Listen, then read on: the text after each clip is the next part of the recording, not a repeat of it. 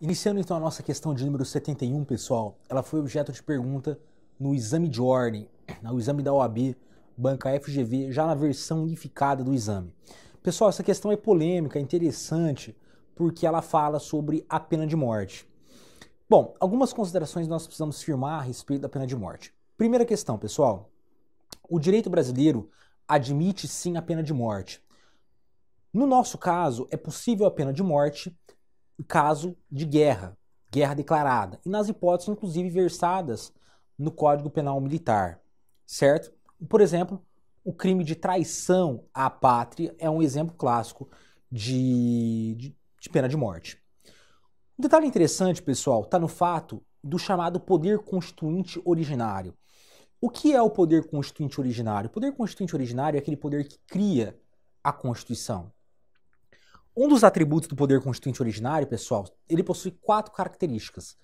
Ele é inicial, porque inaugura uma nova ordem jurídica. Ele é ilimitado, porque não há limites a esse poder. Ele é incondicionado, porque ele não se submete a nenhuma condição pré-estabelecida. E ele é autônomo, porque ele não depende de ninguém.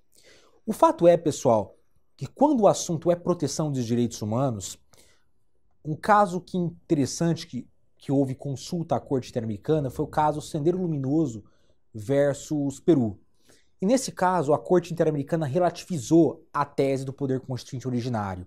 Ou seja, muito embora o poder constituinte originário seja ilimitado, ele deve respeitar os direitos humanos. Logo, pessoal, se havia uma regra na Constituição, se o país já havia assinado a Convenção Americana que proíbe, que excepciona a pena de morte, não poderia a nova legislação criar essa nova pena de morte. Tudo bem? Então, pessoal, a questão chave para responder essa pergunta: pena de morte à luz da Convenção Americana é possível? Sim, é possível. Para quê? Para crimes mais graves, desde que haja lei anterior que assim o defina. Bom, os países que assinaram, que ratificaram a Convenção Americana, esses países podem criar pena de morte após a assinatura? Não, não podem. Por quê? Porque o poder constituinte ele não é ilimitado ao extremo. Ele é limitado aos tratados de direitos humanos. Tudo bem, pessoal? Então, a questão que se enquadra nesse perfil é a alternativa C. E vamos dar uma analisada por quê. Assinale a alternativa correta sobre a questão a respeito do direito à vida segundo o Pacto de São José e a Constituição da República. Pessoal, alternativa C. O país poderá adotar a pena de morte, mas essa só poderá ser imposta pelos delitos mais graves, em cumprimento à sentença final de tribunal competente e em conformidade com a lei que estabeleça tal pena, promulgada antes de haver o delito sido cometido. Isso aqui, pessoal, está no artigo 4º da Convenção Americana de Direitos Humanos. Tudo bem? Então, por que a alternativa A está incorreta? A Constituição da República não prevê em seus artigos a pena de morte. Pelo contrário, pessoal, falso.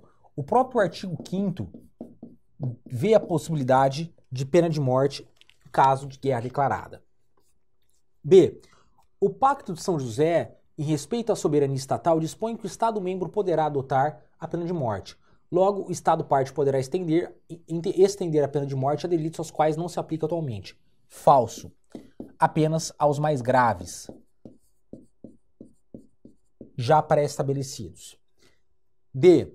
O Pacto de São José, em respeito à soberania e ao fato de ser poder constituinte originário dos países inicial, autônomo e incondicionado, dispõe que o Estado-membro poderá adotar a pena de morte. Logo, o Estado-parte que já adotou a pena capital, em algum momento de sua história, poderá criar novas legislações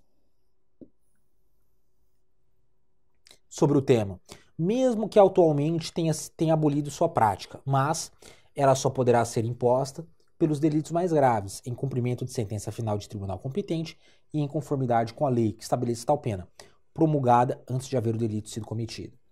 Pessoal, então a letra D está incorreta, tanto pelo inicial quanto pela possibilidade de criar pena de morte em novas legislações. Caso paradigma, caso Sendero Luminoso.